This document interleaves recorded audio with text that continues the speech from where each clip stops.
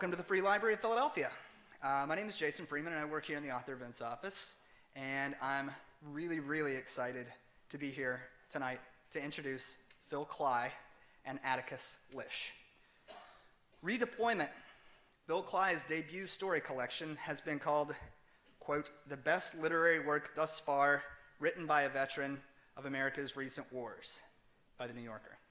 A former Marine officer who served 13 months in Iraq, Mr. Klay has been rewarded by critics and readers for his encapsulation of the profane, mundane, gritty nature of the war.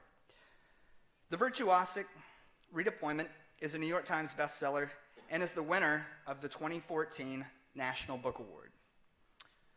Also with us tonight, Atticus Lish, who has been a Chinese English translator, United States Marine, Styrofoam factory worker, security guard, and several other vocations.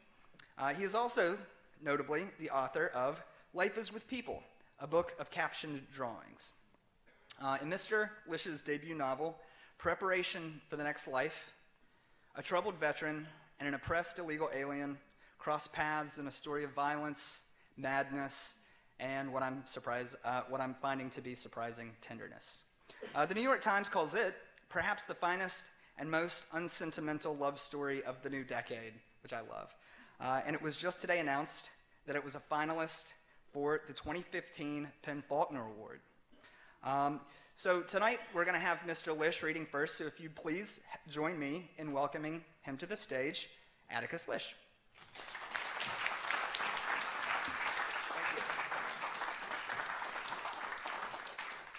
Hi everybody, thanks for coming out. It's great to see you, and thank you to the Free Library for this great event. Hey Phil, hello to Phil. I'm very honored to be reading here.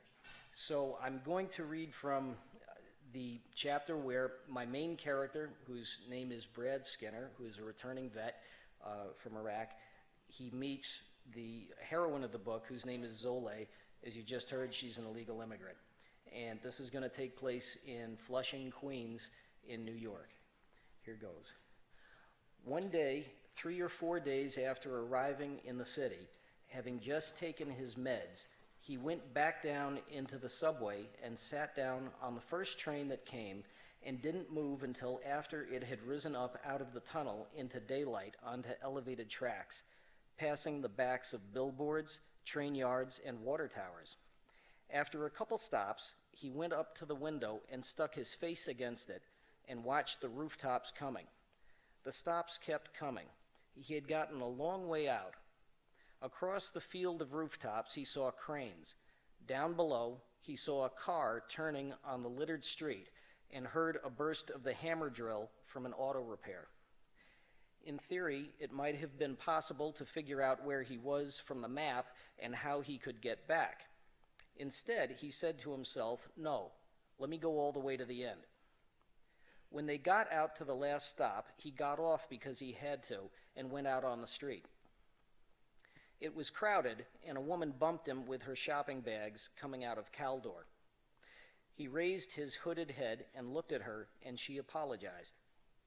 Along the curb, he noticed people sitting in the Asian squat, selling wallets, belts, New York hats, backpacks, and DVDs. It was very loud with people yelling. A truck was idling, blocking the intersection, the engine spinning, and he could hear the diesel exploding in the shaking block of steel. Someone honked and Skinner twitched. He lit a cigarette and watched pigs being offloaded onto the shoulders of Mexicans. They were carrying the heavy, cold, white carcasses through the crowd and in through the hanging plastic strips in the back of a Chinese market. Vertical Chinese signs were everywhere. Someone tried to give him a flyer, and he said, I don't understand you, and dropped it. He went into a newsstand and got a Red Bull. In the back of the store, he stopped and stared at the magazines. All the metal slots were filled with porn. He saw a tan girl with her wet hair plastered to her face and her mascara streaked. He kept getting pushed, and it bothered him.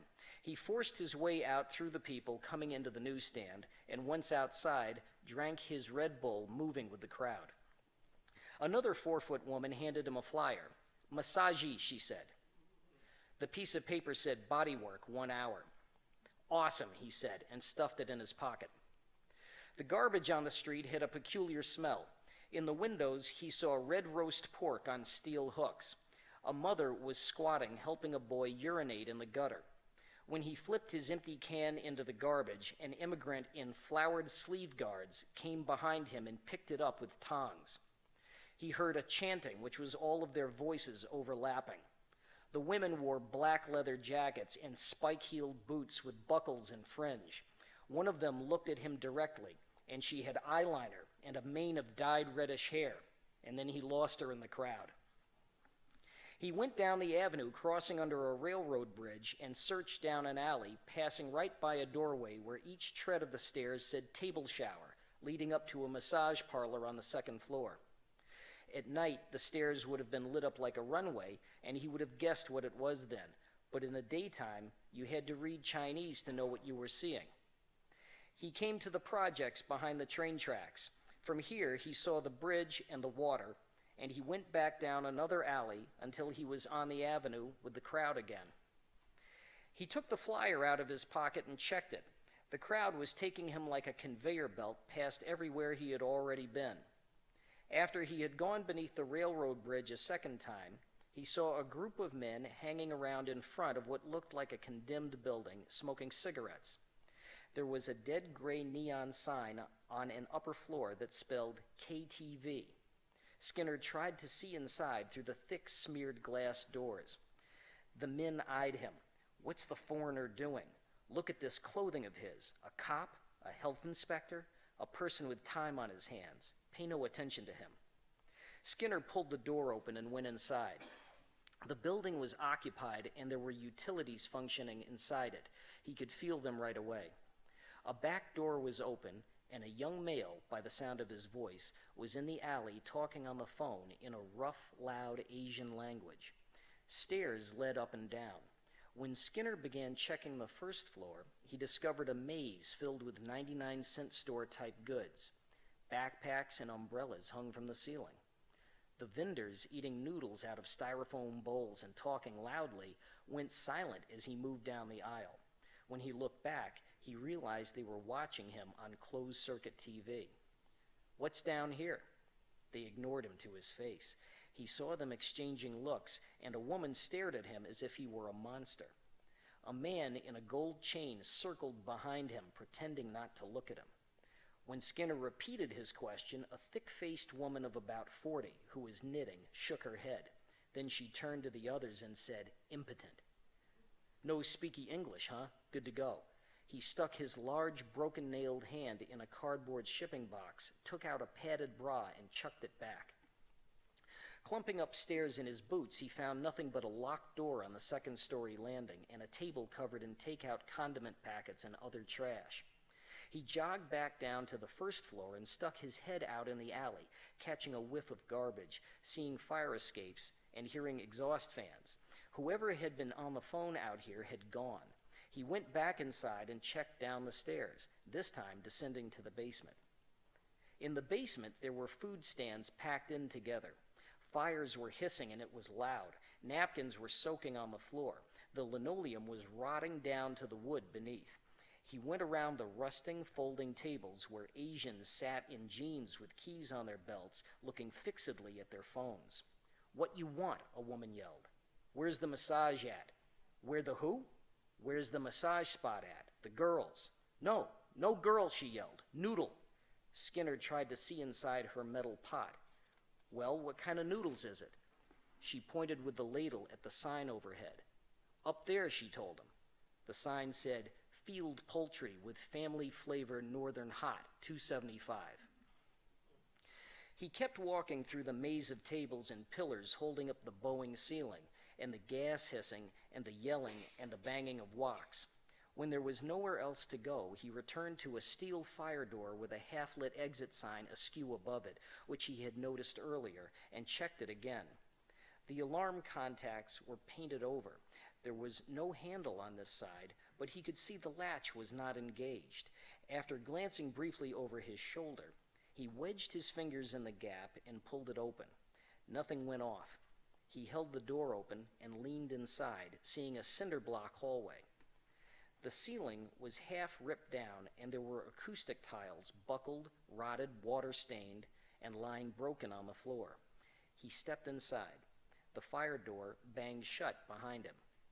For a moment, he stood there listening. The air was cold. A sheet of plastic hung over a window in the cinder block wall, and it puffed in when the air pressure changed. Through the plastic sheet, he could hear the street. Something was humming, barely at the level of hearing, and his head turned toward the sound. He took a step, concrete shards popping under the heel of his boot. The humming was electricity, he thought. He moved down the hallway past standpipes rising through the floor, the humming growing distinct. He went through a doorless doorway and began to see fluorescent light. Then the hallway angled, and when he turned the corner, he saw someone. She was sitting on the fire stairs in tight, threadbare jeans. She had work-discolored hands, and her dark hair was in a ponytail, and he could see her thighs curved down to where she sat. A muscle ran up the side of her neck from her collar to her jaw. The brim of her hat tilted up, and she looked at him. "Hey," he said. She watched him coming towards her. "I'm cool. I just took a wrong turn." "You get lost," she said. He came a little closer. "Yeah, I got lost." She had not taken her eyes off him. At first, she had thought he was a cop. Now she was examining his camouflage. "You are Army?" He glanced at himself. "Yeah, I just got out. I was down south until a couple days ago. I just got here. It's my first time in New York." She listened to this, put a lock of hair behind her ear. "You live here?" "I live?" she asked. "Yeah, you. Do you live," he pointed at the ground, "here?" "New York? Yes, I live New York." "You like it?" "Yes, good." "It's supposed to be a good place to party." "Party?" "You know, like beers, jamming out to music, whatever, just partying."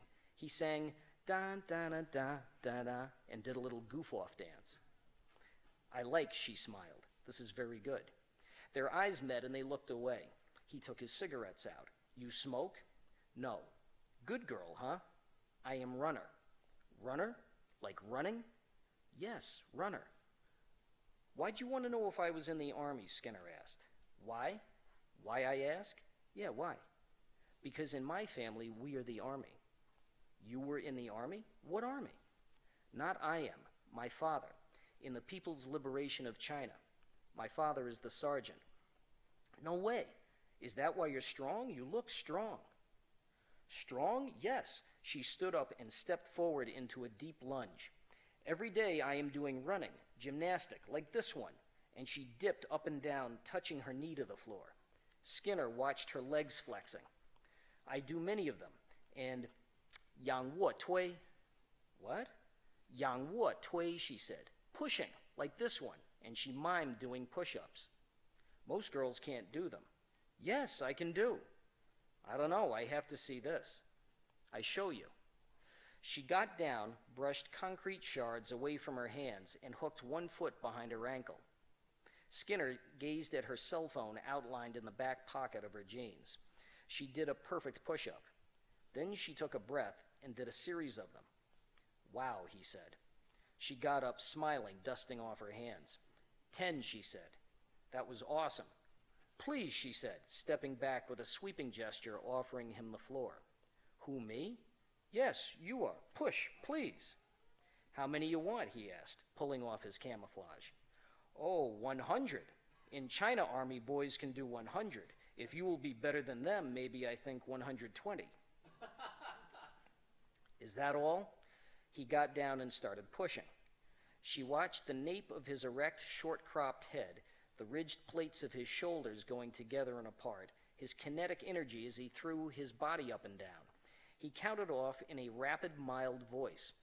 Her eyes went from the star on his neck down to the fulcrum of his boots. In the center of his spine, his shirt was getting damp. He paused with his tattooed arms locked out and his triceps twitching, sucked air, and kept going. His neck turned red. He kept his voice even as he counted off the hard ones. Finally, he grunted, and his back bent, and he came up slowly. 50 okay? You are good. She gave him the thumbs up. I don't know, used to be. Yes, strong, very strong, she said. It's nothing great. She felt his arm. He flexed for her, and she gripped his muscle. You have Chinese word? He pulled his sleeve up and showed her. It says, no pain, no gain. Can you read it? Is that what it says? Something's like this, she said. Want to try this, he asked, pointing at his chest. Soberly, she felt his chest. How about you? You show me? Yes. She flexed her bicep for him. They both looked at her bicep as he felt it through her long underwear shirt. What about the leg? Leg? Okay. She took a step forward with a bent knee, and he placed his large hand on her thigh. Man, he sighed. She let him slide his hand around to her hip. Good, she asked. She flexed for him. Damn. After a second, she hipped away. Skinner stared after her. I go to work now. You have to go? Yes, I go. He grabbed his camouflage off the stairs and hurried after her. She led them back through the derelict hallway and pushed out through the fire door. Hey, wait! Zole slowed for him. I want to ask you something, Skinner said. Thank you very much. Did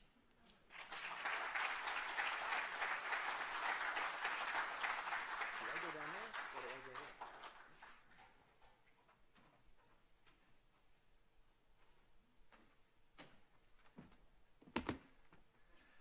there? That was so goddamn good. Thank you. Thanks everybody for coming out. It's great to be here, back in Philadelphia. This is my first time in this library though, so thank you. That was so good. I'm really delighted.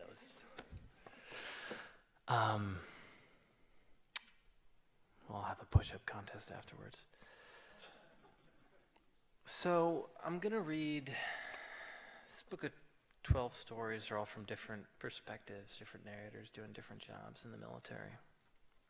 And I'm gonna read from a story called Bodies, which is about a mortuary affairs Marine. And the ones who prepare the bodies of the dead to be sent home.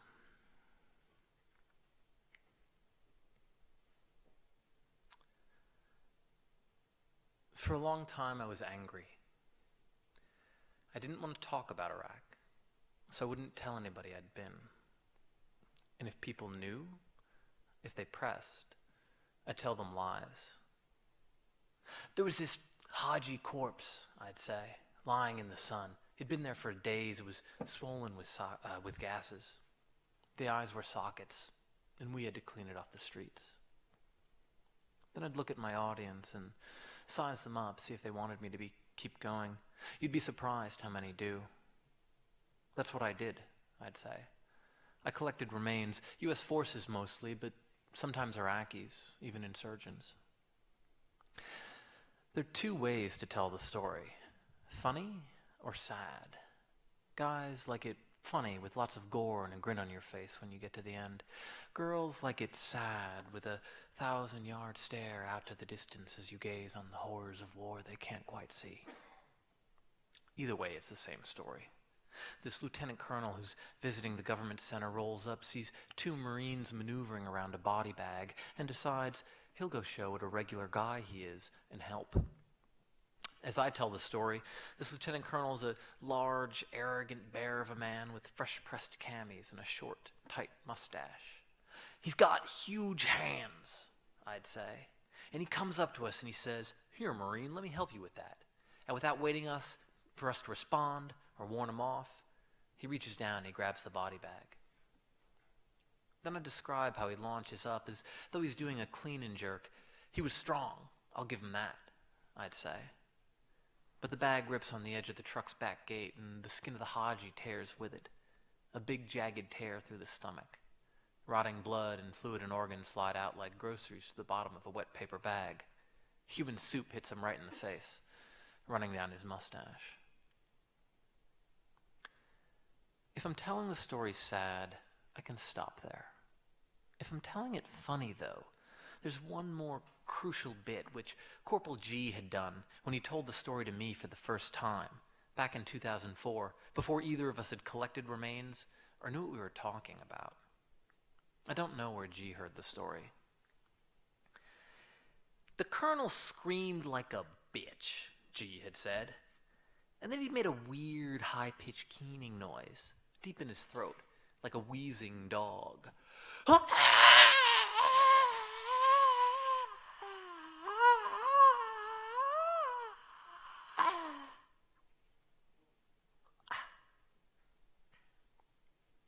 This was to show us precisely how bitches scream when covered in rotting human fluids. If you get the noise right, you get a laugh. What I liked about the story was that even if it had happened, more or less, it was still total bullshit. After our deployment, there wasn't anybody, not even Corporal G, who talked about the remains that way.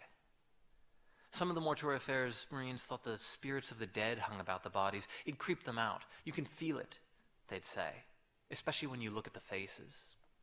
But it got to be more than that. Midway through deployment, guys started swearing they could feel spirits everywhere, not just around the bodies, and not just Marine dead. Sunni dead, Shia dead, Kurd dead, Christian dead. All the dead of all Iraq, even all the dead of all Iraqi history, the Akkadian Empire and the Mongols and the American invasion. I never felt any ghosts. Leave a body in the sun, the outer layer of skin detaches from the lower and you feel it slide around in your hands. Leave a body in water, everything swells and the skin feels waxy and thick, but it's recognizably human.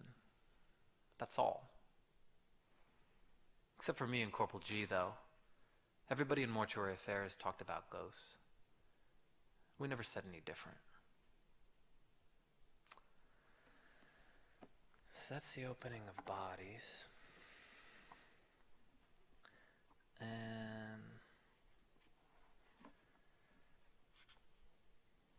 then I'll just read, I'll read from the first story. It's called Redeployment.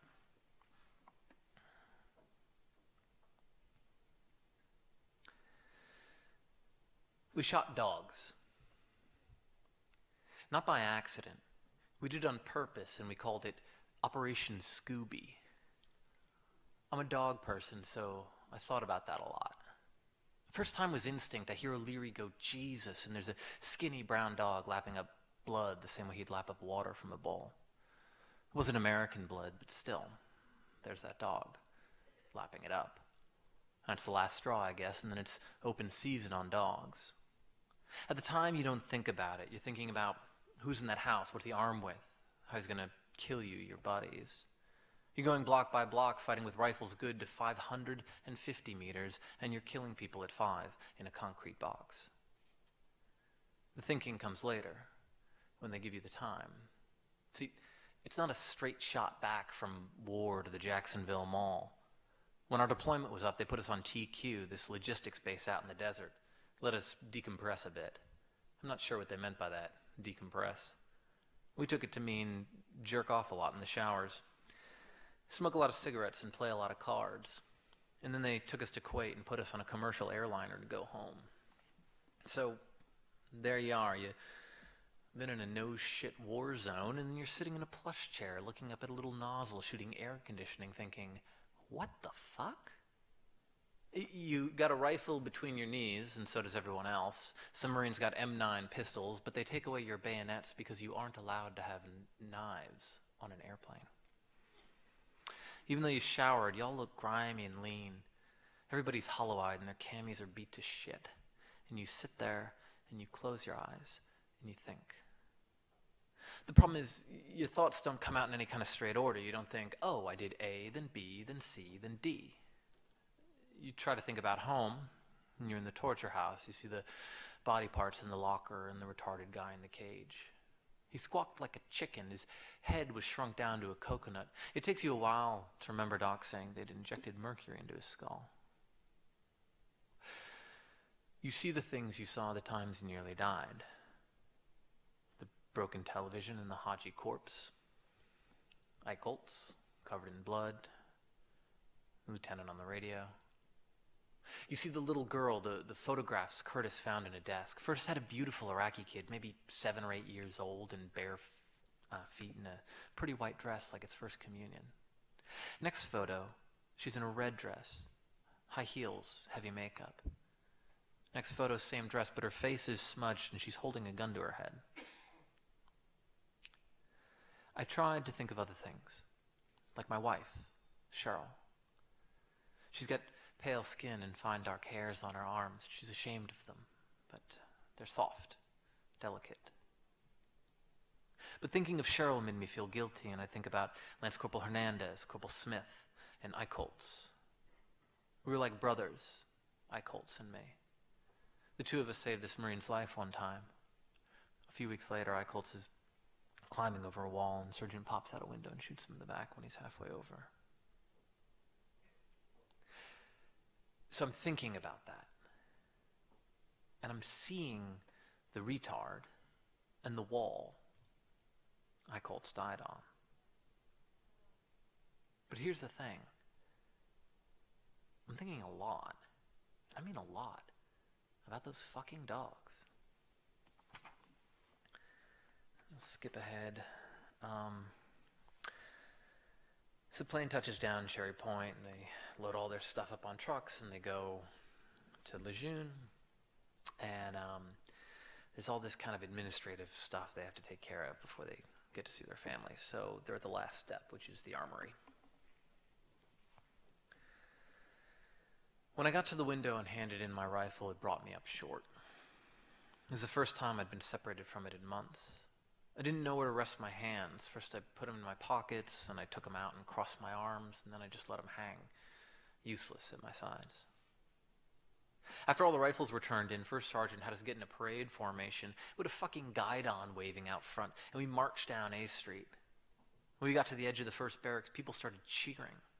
I couldn't see them until we turned the corner, and then there they were, a big wall of people holding signs under a bunch of outdoor lights, and the lights were bright and pointed straight at us, so it was hard to look into the crowd and tell who was who. Off to the side, there were picnic tables and a Marine in Woodlands grilling hot dogs. And there was a bouncy castle. A fucking bouncy castle. We kept marching. A couple more Marines in Woodlands were holding the crowd back in a line, and we marched until we were straight alongside the crowd, and then First Sergeant called us to a halt. I saw some TV cameras. There were a lot of U.S. flags. The whole McManigan clan was up front, right in the middle, holding a banner that read, "Hoorah, Private First Class Bradley McManigan, we are so proud." I scanned the crowd back and forth. I talked to Cheryl on the phone in Kuwait, not for very long, just, "Hey, I'm good," and "Yeah, within 48 hours. Talk to the Fro. He'll tell you when to be there." And she said she'd be there, but it was strange on the phone. I hadn't heard her voice in a while. Then I saw Eichholtz's dad. He had a sign too. It said, "Welcome back, heroes of Bravo Company." I looked right at him, and I remembered him from when we left, and I thought, that's Eichholtz's dad. And that's when they released us, and they released the crowd too. I was standing still, and the Marines around me, Curtis and O'Leary and McManigan and Craig and Weissert, they were rushing out to the crowd. And the crowd was coming forward. Eichholtz's dad was coming forward. He was shaking the hand of every Marine he passed. I don't think a lot of guys recognized him, and I knew I should say something, but I didn't. I backed off. I looked around for my wife, and I saw my name on a sign. Sergeant Price, it said. But the rest was blocked by the crowd, and I couldn't see who was holding it. And then I was moving toward it, away from Eichholtz's dad, who was hugging Curtis, and I saw the rest of the sign. It said, "Sergeant Price, now that you're home, you can do some chores. Here's your to-do list. Number 1, me. Number 2, repeat number 1. And there, holding the sign, was Cheryl. She was wearing cami shorts and a tank top, even though it was cold. She must have worn them for me. She was skinnier than I remembered, more makeup too. I was nervous and tired, and she looked a bit different. But it was her. All around us were families and big smiles and worn-out Marines. I walked up to her, and she saw me, and her face lit. No woman had smiled at me like that in a long time. I moved in and kissed her. I figured that was what I was supposed to do, but it'd been too long. We were both too nervous, and it felt like just lip on lip pressed together. I don't know. She pulled back and looked at me and put her hands on my shoulders and started to cry. She reached up and rubbed her eyes, and then she put her arms around me and pulled me into her. Her body was soft, and it fit into mine. All deployment, I'd slept on the ground or on canvas cots. I'd worn body armor and kept a rifle slung across my body. I hadn't felt anything like her in 7 months. It was almost like I'd forgotten how she felt, or never really known it, and now here was this new feeling that made everything else, black and white, fading before color. And she let me go, and I took her by the hand, and we got my gear and got out of there. Thank you.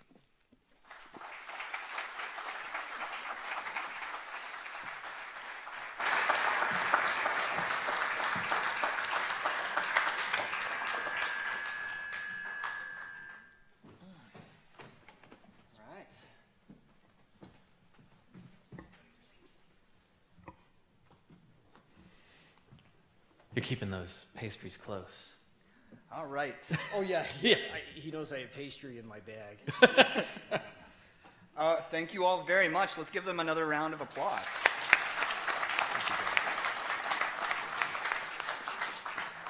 So I think a lot of you know how it works here. We're going to take your questions now. We have a couple volunteers, one on each side, who are going to come around with microphones. If you could please wait for the mic after I call on you.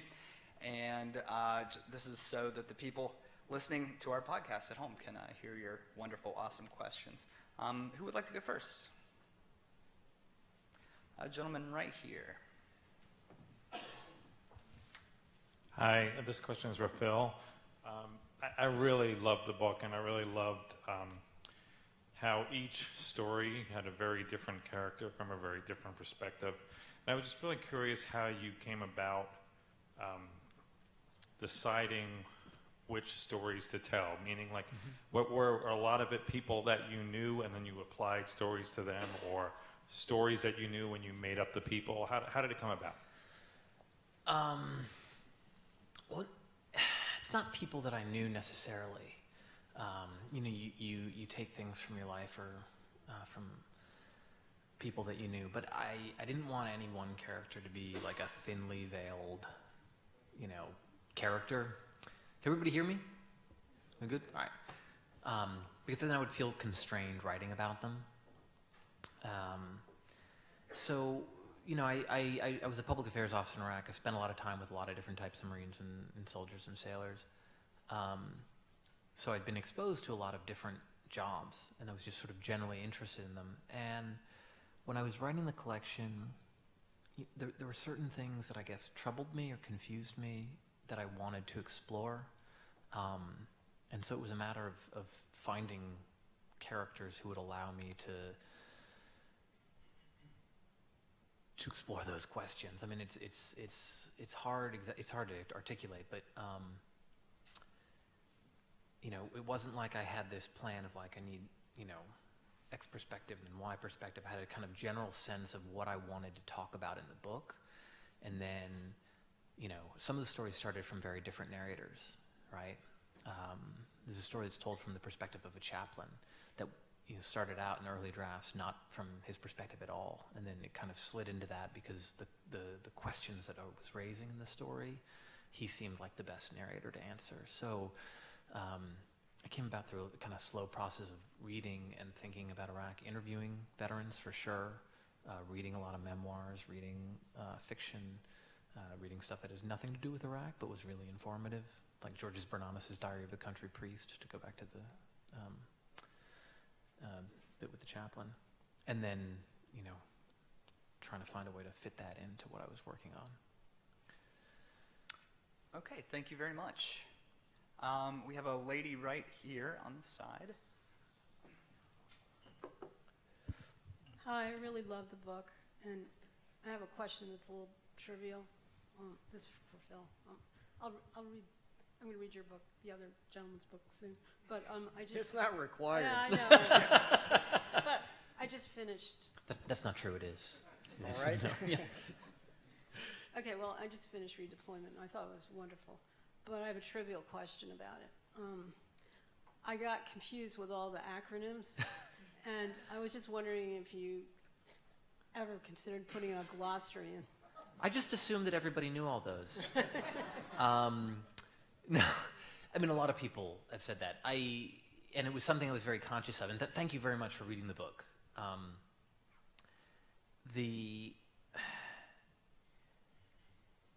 didn't want there to be a glossary. And I didn't want people to have access to Google while they were reading the book either. So ideally on a flight might be the best way, or in a subway. I didn't, it was very important to me that civilian readers, people who, be able to understand what was happening in the stories, right? And there are two stories that are very heavy in acronyms, Frago and OIF, both titled with acronyms. And one thing is that in OIF, for example, where it's a very short story, it's only 3 pages. I knew I couldn't push it longer than that, but there's at least an acronym, at least one acronym in every sentence except for one.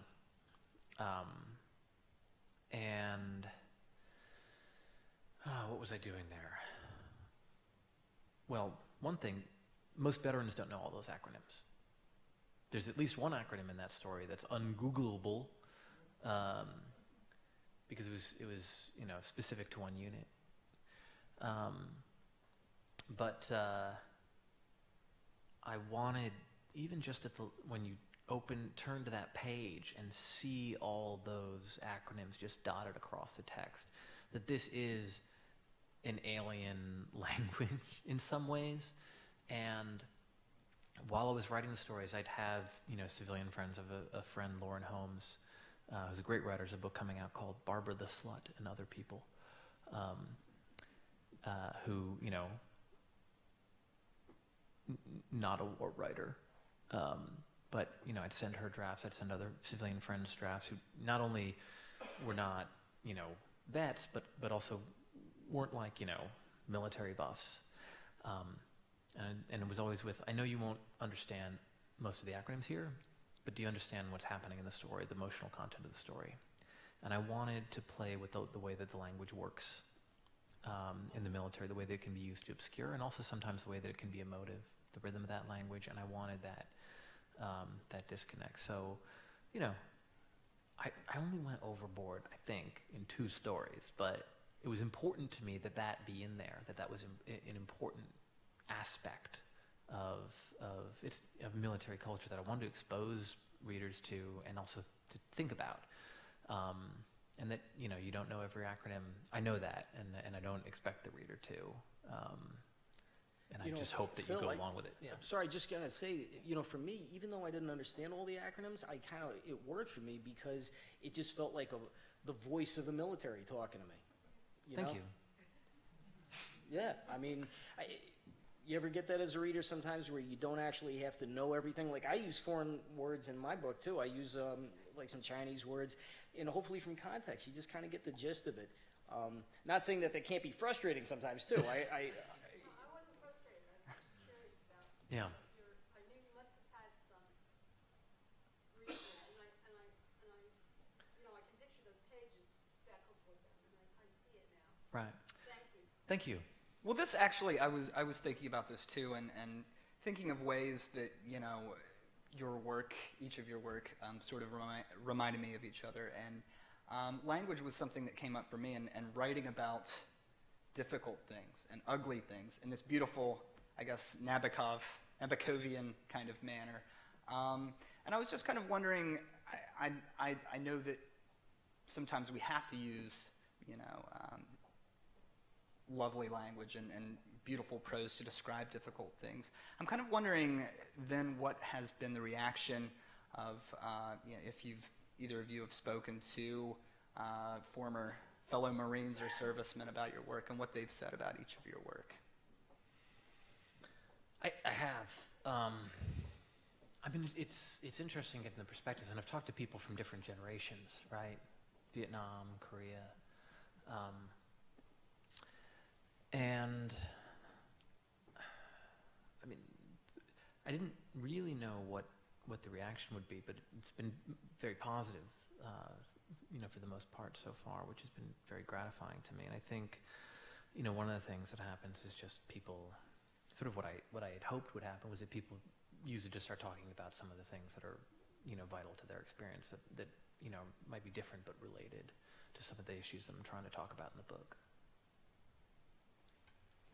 I haven't actually talked to too many people, gotten feedback from too many veterans, except for from Phil and from Brandon Willits of Words After War. And so I don't have a lot of feedback there.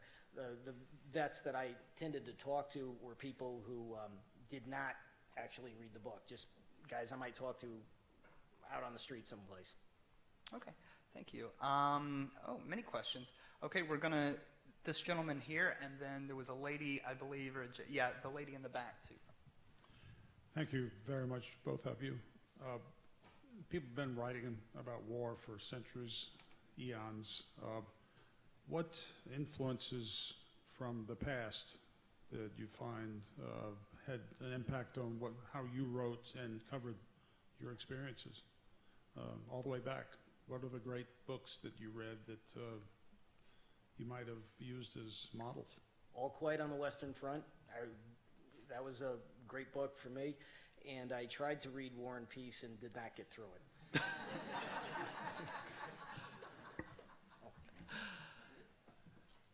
War and Peace is a good one. I mean, you start with. It's funny. I hadn't actually even read much war fiction before I went to college. I was never like a big military guy.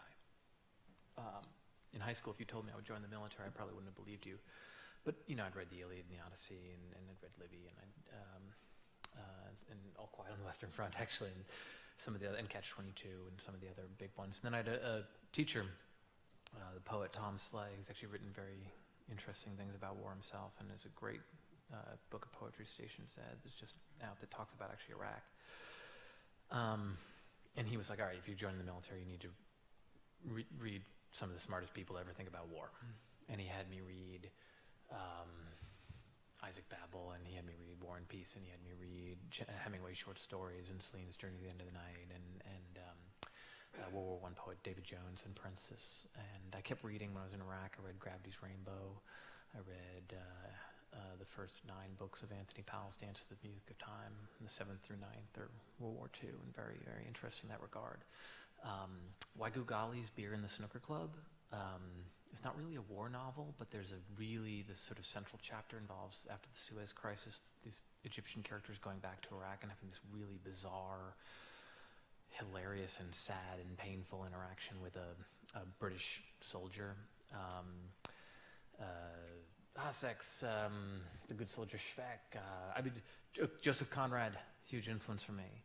And also people like, I already mentioned Bernanos, but Edward P. Jones, The Known World is a very important book for me. I've read a lot of Nathan Englander, Peter Carey, Colin McCann. Patrick McGraw goes hand in hand with Conrad in the way that he structures his book. I could go on for a while, but a lot of war books. Phil, you are well read. It depends on the story, yeah. All right, we're expecting book reports on all these next week. Lady there in the back. I've actually read Preparation for a Next Life, and it is a fabulous book. It is so interesting on many different levels. And I have 2 questions.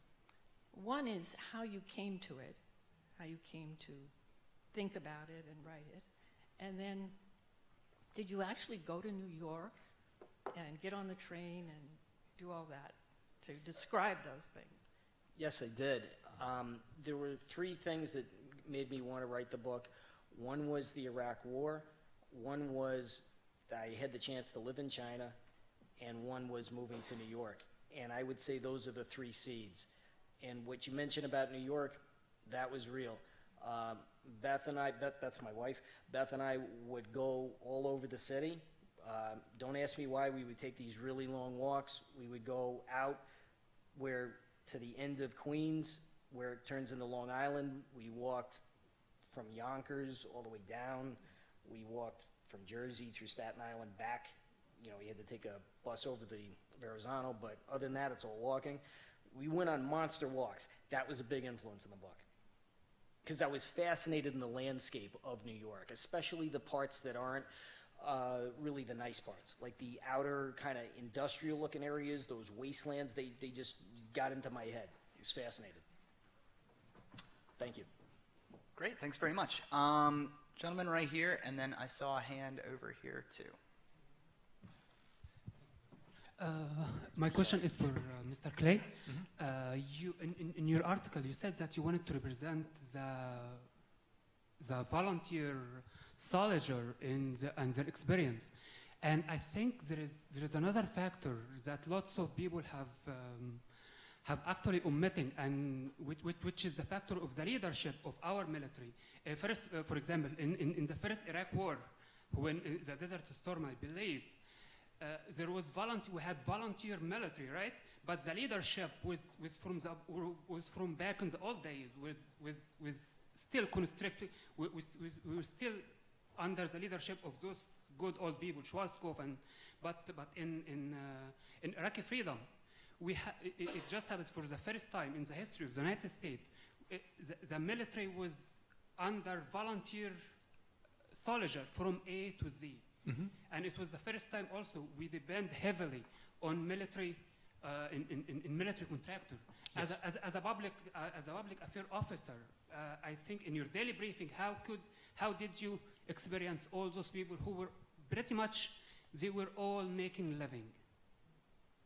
All making a living. Yes, we were making a living, you know. Yes. So this is one of the things, right? The military is many things, but one of them is it's a job, right? And it's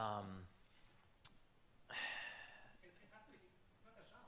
The recruiter, when you sit with the recruiter look at you in the eye after and ask you, do you have problem killing somebody? And you're supposed to say yes. If you said no, that's automatic discharge. Well, yeah, I mean, the military is an institution that revolves around killing, yes. Right? That's part of the job. Yes, and people make a choice to join the military, and I think that's a very, it's a significant thing. I mean, the military now is not comparable, is a very different animal from sort of the drafty military in Vietnam. It's a very professional military. It's people who chose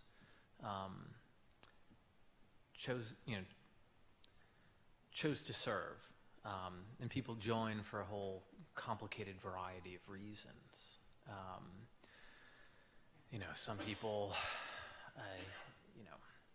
Some people believe wholeheartedly in the cause. Some people are interested in the idea of service. Some people want adventure. Some people are excited about the idea of killing. Some people want a bunch of the benefits that accrue with the military and are attracted by the ideals.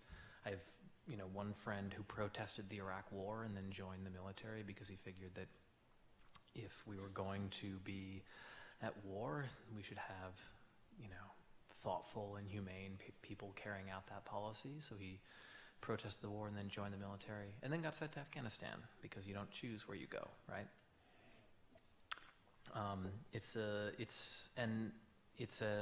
I think that, there's a whole lot of things that can be said about that, but I think that's a very important aspect of what the military is and also people's relation to it once they get out.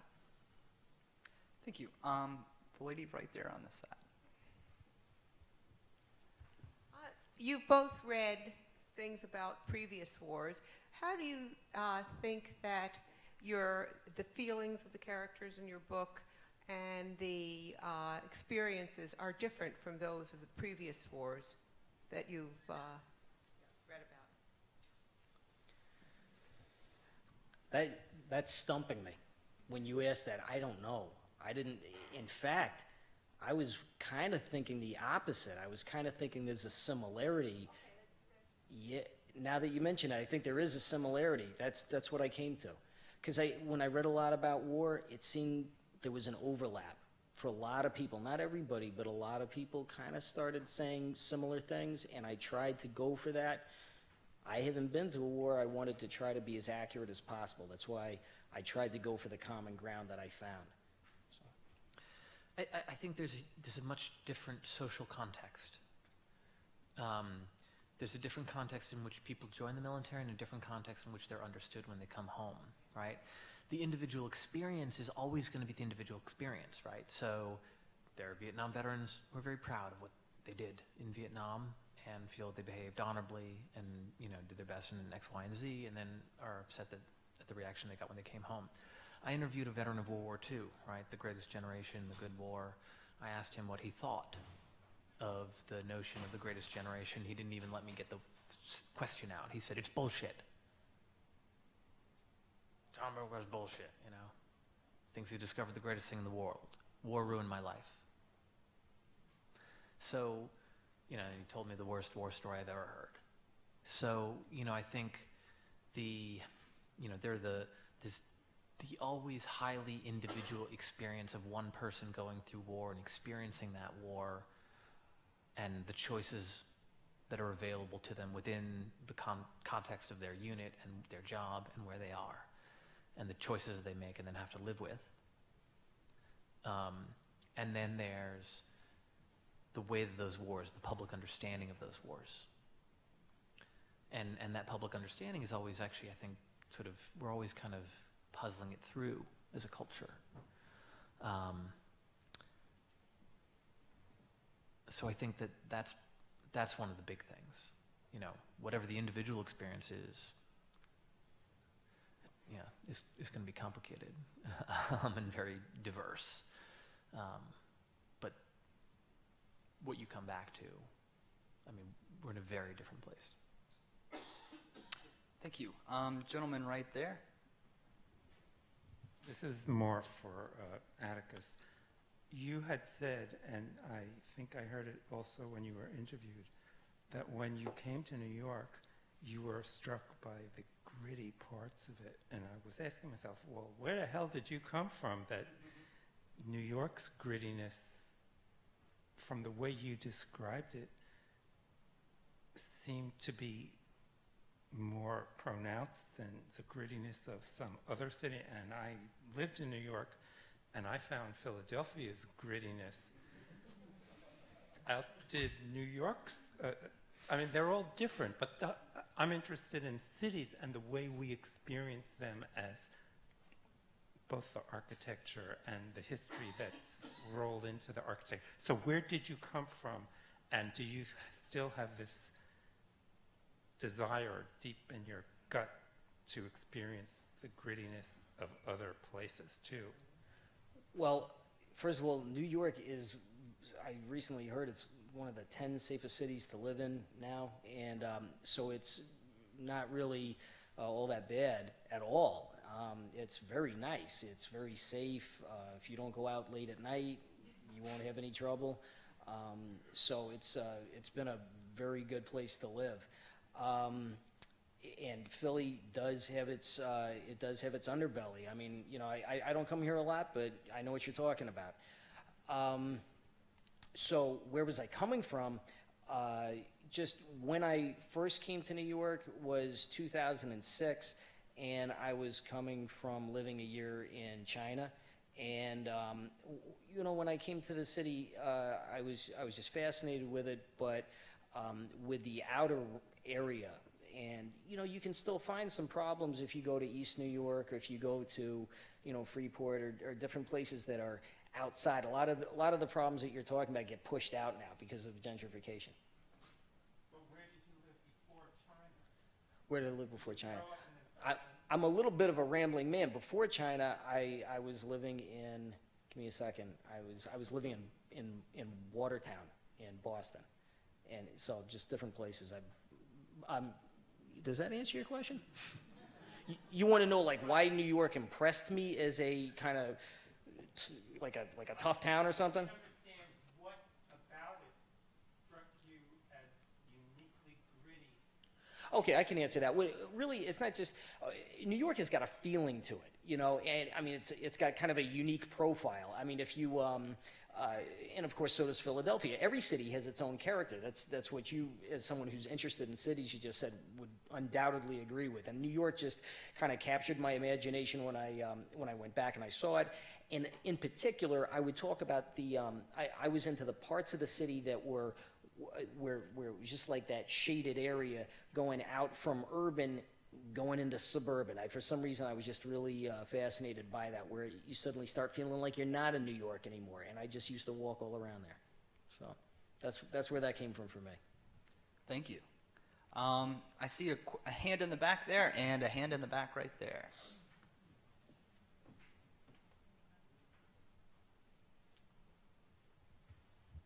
This question is for Atticus.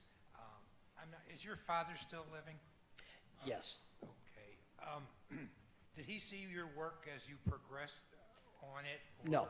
Or no comments? No comment. I'm sure he's proud of it. But. No, I'll explain. After it was printed, someone sent him a copy of the book. He was aware when I was trying to get it published that I had a novel, but he had not seen it. We had a little chat, and I said, you know, I wrote a book, but Dad, I respect you, but this is something I did on my own, and so that was fine. And then when he did see the book, that was once it had been printed. Thank you. Thank you. Okay, and we have time for one last question right here. Now that both of you are in paperback, what's next? And will it involve, is it a novel or a short story collection, A, and B, will it involve vets?